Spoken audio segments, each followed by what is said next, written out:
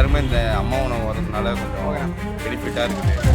அது என்ன சொல்கிறது, எக்ஸ்டெண்ட் பண்ணாங்கன்னா சொல்கிறது காசு கம்மி பண்ணி கூட பண்ணுவாங்க. ஆல்மோஸ்ட் ₹5 கொடுத்துருக்காங்க. அது ஒரு ₹3 4 கொடுத்தாலும் யூஸ்ஃபுல்லாக இருக்கும். யார் விஜய் சார் கட்சியில் யாராவது தப்பு பண்ணால் அந்த தண்டனை கொடுக்கணும். ஏன்னா விஜய் இப்போ அவரை நம்பி தான் இருக்கிற எல்லாருமே ஓட்டு போட்டாங்க.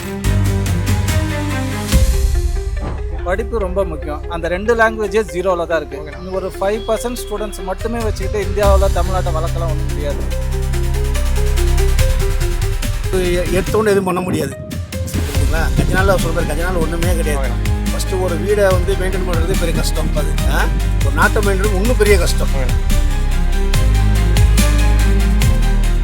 விஜய் சாரோட ஆட்சி நல்லா தான் போயிட்டு இருக்கு. ஓரளவு ஓகே தான். நான் ஒரு பண்ண திட்டங்கள் எப்படின்னா பார்க்குறீங்க? சிங்க பெண்கள் திட்டம், மதுக்கடையில் மூணாவது பொது இடங்கள் உள்ள அதெல்லாம் எப்படி பார்க்குறீங்க? எதையும் பண்ணாதான் என் ஊர் வந்து இருக்கணும். ஓகேண்ணா. ஆக்சுவலி ஓகேங்களா, நான் அங்கே தான் வந்து ஒர்க் பண்ணிட்டு இருந்தேங்க. ஸோ இப்போ வந்து எங்கள் ஊரில் பார்த்தீங்கன்னா முன்னாடி ரொம்ப ஒயின் ஷாப் இருந்தாலும் சரி, எது இருந்தாலும் சரி, ஓகேண்ணா, ரொம்ப இதாக இருக்கும். பஸ் ஸ்டாண்ட் பக்கத்துலேயே இருக்கும் மோஸ்ட்லி. அது எல்லாமே இப்போ எல்லாமே எடுத்துட்டாங்க. ஆல்மோஸ்ட் 3 ஒயின் ஷாப் இருந்தால் அந்த 3 ஒயின் ஷாப்பும் க்ளோஸ் பண்ணிட்டு இப்போ க்ளீனாக இருக்குது. ஸோ அங்கே மக்கள் நடமாட்டம் இருந்தாலும் சரி, ஸ்கூல் போகிறதுக்கும் சரி, பொண்ணு ரோட்டில் நடமாடுறது வந்து பார்த்திங்கன்னா ரொம்ப ஃப்ரீயாக இருக்குது. ஸோ எங்கள் ஊரை பொறுத்த வரைக்கும் எதுவும் பிரச்சனை இல்லை. நான் விஜய் சாரோட ஆட்சி ஊழல் குறைஞ்சிருக்காண்ணா? ஊழல் அங்கேயும் தான் நடந்திருக்கு. அது ஓகேண்ணா. அதே இடத்துல அரக்கோணத்தில் இப்போ லேட்டஸ்ட்டாக வந்து ஒரு 2 மாதத்துக்கு முன்னாடி ஒரு கேஸு அதான். இப்போது விஜய் சார் ஆட்சி ஆரம்பித்த ஒரு 2 வாரத்தில் வந்து ஒரு ரிஜிஸ்டர் ஆஃபீஸில் வந்து ஒருத்தரை வந்து அரெஸ்ட் பண்ணியிருக்காங்க. ஓகேண்ணா. அவங்க வேலையை விட்டு எடுத்திருக்காங்க. ஸோ அது ஊழல் கம்மியாக இருந்ததுனால தான் அதை எடுத்திருக்காங்க. ஊழல் வாங்கினதுனால ஸோ ஆல்மோஸ்ட். ஸோ அங்கே அது மாதிரி ஒரு ஆப்ஷன் நடந்திருக்கு. ஸோ அதே இதனால ஒரு சம்பவம் நடந்தது. எங்கள் காஞ்சிபுரத்தில் வந்து எங்கள் சித்தி வீட்டுக்கு வந்து அந்த ஒரு லேண்டு இதுக்காக போயிருந்தோம். ஸோ அந்த இடத்துல வந்து ஒரு ஃபஸ்ட்டு போக சொல்லுவாங்க வந்து எனக்கு அழகடிச்சிருந்தாங்க எல்லாரையும். ஸோ இப்போ வந்து பார்த்திங்கன்னா அந்த ஒரு சிஸ்டமே இல்லை. உடனே போனாங்க, எல்லாமே பத்திரவதி எல்லாமே பண்ணாங்க, உடனே கையில் கொடுத்துட்டாங்க. பார்த்துதான். ஸோ கரப்ஷன்ன்றது கொஞ்சம் கம்மியாக இருக்குன்னு நான் சொல்ல வரேன். முதல்லாம் வந்து ஒரு ₹500 சரி கொடுக்கணும், ஒரு ₹1000 கொடுக்கணும் ஒரு யார் இருந்தாலும். இப்போ வந்து அது மாதிரி வாங்க மாட்டுறாங்க மோஸ்ட்லி இடத்துல. இது வந்து என் சித்தி வந்து நடந்து ரீசெண்டாக நடந்தது ஒரு மாதத்துக்கு முன்னாடி. ஸோ அந்த இதுதான் உங்கள்கிட்ட நான் ஷேர் பண்ணுறேன்.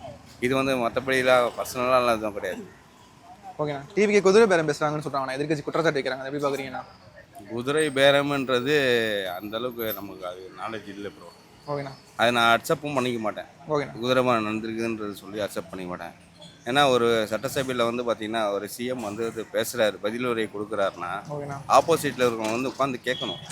உங்கள் மேலே தப்பு இல்லைன்னா ஏன் வெளியே போகணும்? தப்பு இல்லைனால தானே வெளியே போகிறாங்க எல்லாமே. தப்பு இல்லைன்னா உட்காந்து கேட்கலாம்ல. என்ன ரீசன்னே தெரியாமல் எதுவுமே தெரியாமல் நம்ம சொல்லக்கூடாது, எல்லாருக்கும் கொடுக்கக்கூடாது. அது தப்பு. ஆல்மோஸ்ட் விஜய் பேசுனது நான் கரெக்டு தான் சொல்ல முடியும். ஏன்னா அவர் வந்து எடுத்து வைக்கிறாருன்னா, குற்றச்சாட்டு எடுத்து வைக்கிறாருன்னா அது என்ன எதுன்னாச்சும் உட்காந்து கேட்கணும். இப்போது அவரும் அவர் இது கேள்வி கேட்டார். எதிர்கட்சியிலேருந்து உதய ஸ்டாலின் வந்து கேள்வி கேட்டார். ஸோ எல்லாத்துக்கும் அவர் வந்து அமைதியாக உட்காந்து எல்லாமே அப்சர்வ் பண்ணிட்டு தான் இருந்தார். என்ன சொல்கிறாங்க, என்ன தப்பு இருக்குது, என்ன ஏதுன்னு. ஒரு ஆக்கப்பூர்வமாக எதனா ஒன்று சொன்னாங்கன்னா அது வந்து அக்செப்ட் பண்ணிட்டு நம்ம வந்து எடுத்துக்கலாம். அவங்க எதுவுமே கேட்காத போதில் நம்ம பேசுறதுல ஒன்றுமே. ஓகேண்ணா. நான் வேறு என்னென்ன திட்டங்கள் சிஎம் விஜய் சார் தமிழ்நாட்டுக்கு போனால் நல்லா இருக்கும்ண்ணா?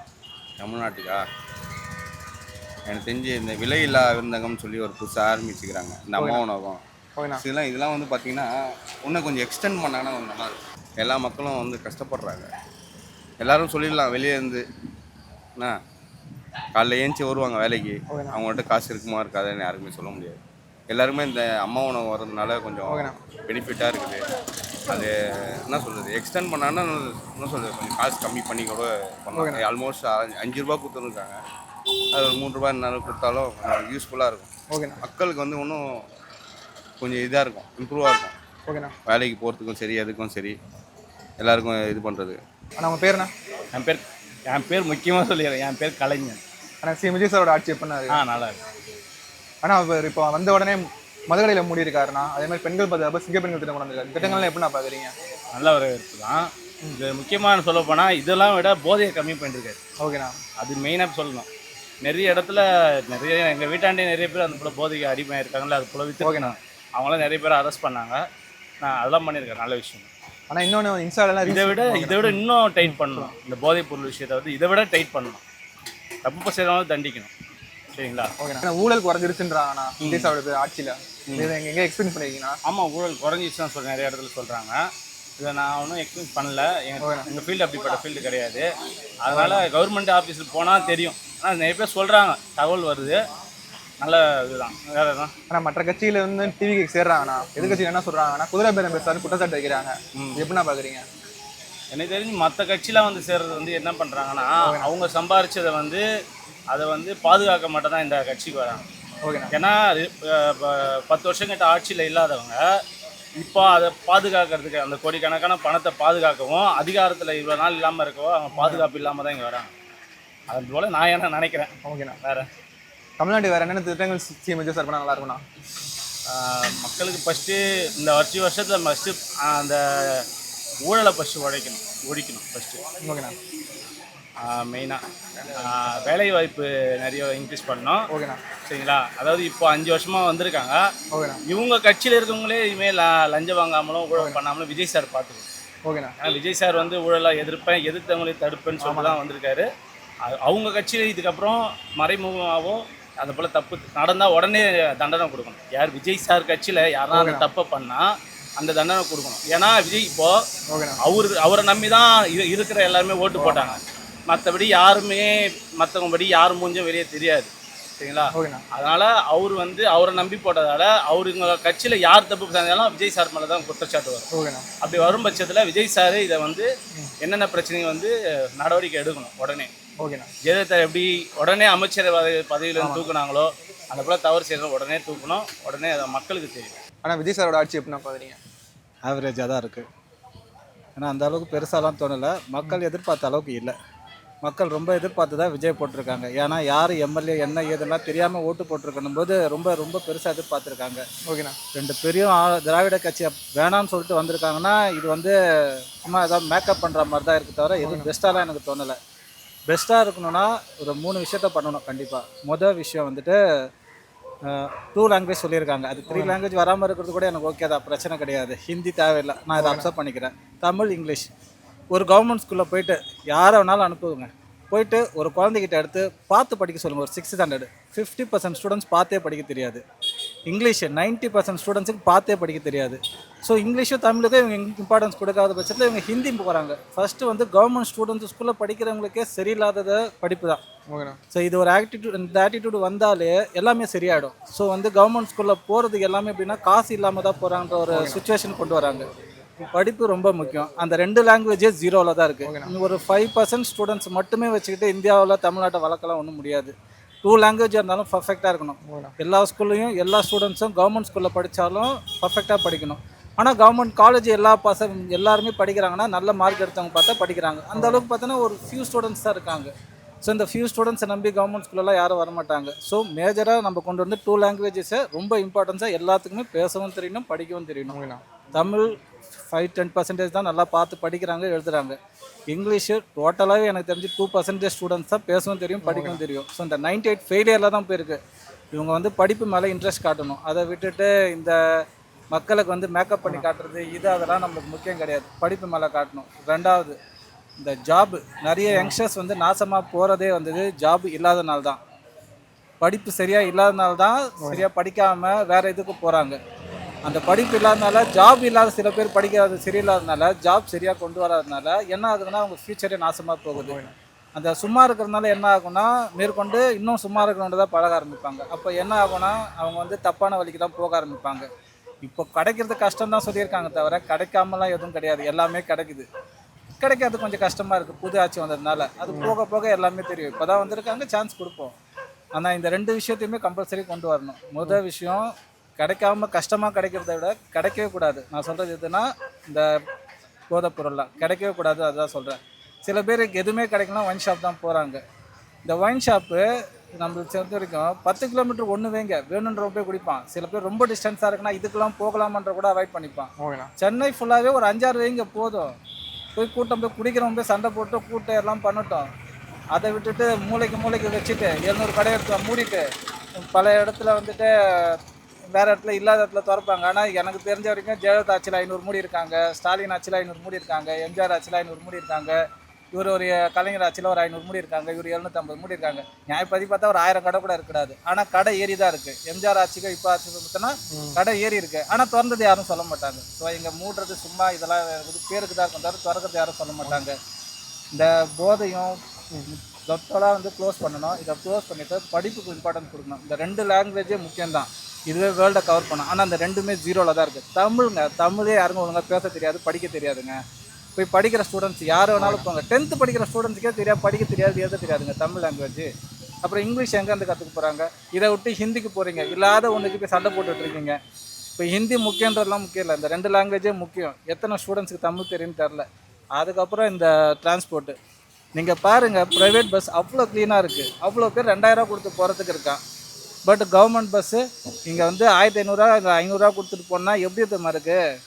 ஒரு நாளைக்கு எல்லாரையும் போட்டு அந்த அரசியல்வாதிங்களாம் அந்த பஸ்ஸில் போட்டு அனுப்பிச்சிங்கன்னா தெரியும் அவங்களுக்குலாம் எவ்வளோ கஷ்டமாக இருக்குன்ட்டு. சுத்தமாக டோட்டலாக ரொம்ப டேமேஜாக இருக்குது. குழந்தைங்களா காலையில் ஸ்கூல் போகுது, ஓரளவு கூட்டம் இருந்துச்சுன்னா அவங்களுக்கு வந்துட்டு சேம் அந்த ஆக்சிஜனை வந்து அதை வந்து சுவாசிக்கும் போது என்னென்னா கொமட்டர் வாந்தி வரும். கூட்டம் ஏறுது அவ்வளவும். ஸோ அந்த அளவுக்கு வரும்போது அவங்களுக்கான அந்த இது வந்து ரொம்ப மோசமாக இருக்குது.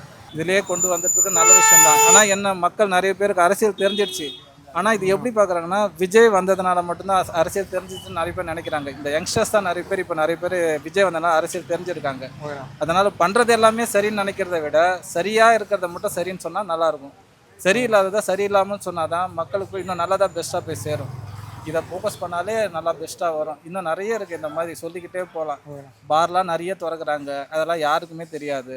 ஏன்னா பார் பொறுத்த வரைக்கும் பணக்காரங்க தான் குடிப்பாங்கன்றதுனால ஒரு 500 இருந்தாலே இப்போ உள்ளே போய் குடிச்சிட்டு கூட வந்துடலாம். அதெல்லாம் கவுண்டே கிடையாது. அது கோயில் பக்கத்தில் இருக்கலாம், எது வேணாலும் இருக்கலாம், அதெல்லாம் தெரியாது. ஸ்கூல் பக்கத்தில் கூட இருக்கலாம். இதெல்லாம் இல்லாமல் இருந்தாலே நல்லாயிருக்கும். சரி, விஜயோட ஆட்சி எப்படினாரு? நல்லா சூப்பராக போகுது, 100% நல்லா போயிட்டுருக்கு. ஆனால் அவர் ஊழலை குறைப்பா தான் வந்திருக்காரு. ஊழல் குறைஞ்சிருக்கு. இப்போதைக்கு வந்து 30% குறைஞ்சிருக்கு. இன்னும் 2 மாதம் ஆச்சு, 3 மாதம் ஆச்சுன்னா ஒரு 50% ஆகும். இன்னும் ஒரு வருஷத்தில் எந்த ஊழலுமே இருக்காது.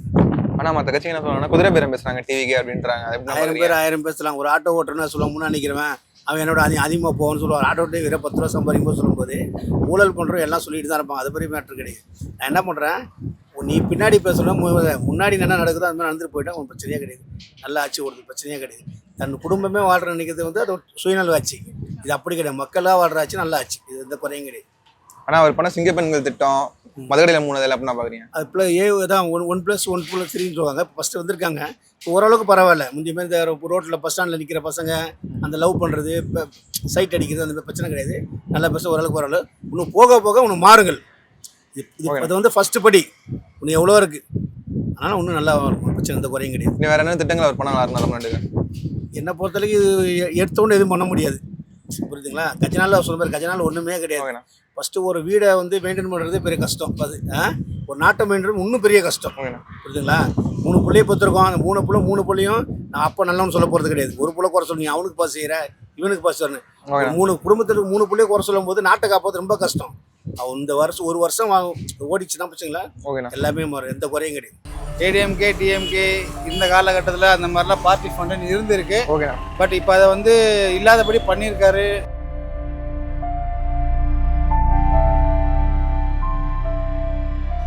சட்டசபையாக இருந்தாலும் சரி, அவர் எங்கே இருக்காருன்னே தெரிய மாட்டேங்குது. விஷயம்னா இது பார்த்தா பஸ்ஸில் போகிறாரு, இப்படி பார்த்தா நீங்களே போடுறாரு. ஒரு அரசியல்வாதினா இப்படி தான் இருக்கும். அவரை பார்த்து சில பேர் கற்றுக்கணும். இது நாங்கள் எங்களுக்கு கிடைச்ச ஒரு வரப்பிரசாதம்.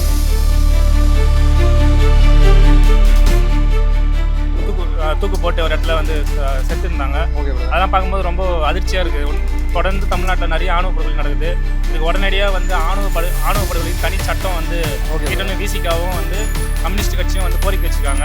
அந்த கோரிக்கையை உடனே பரிசீலித்து உடனடியாக வந்து ஆணவ படுகொலைக்கு ஒரு தனி சட்டம் கொண்டு வந்தாங்கன்னா தமிழ்நாட்டு மக்களுக்கு வந்து ரொம்ப பயனுள்ளதாக இருக்கும். முக்கியமாக இளைஞர்கள் நாங்கள் வந்து தைரியமாக இருப்போம்.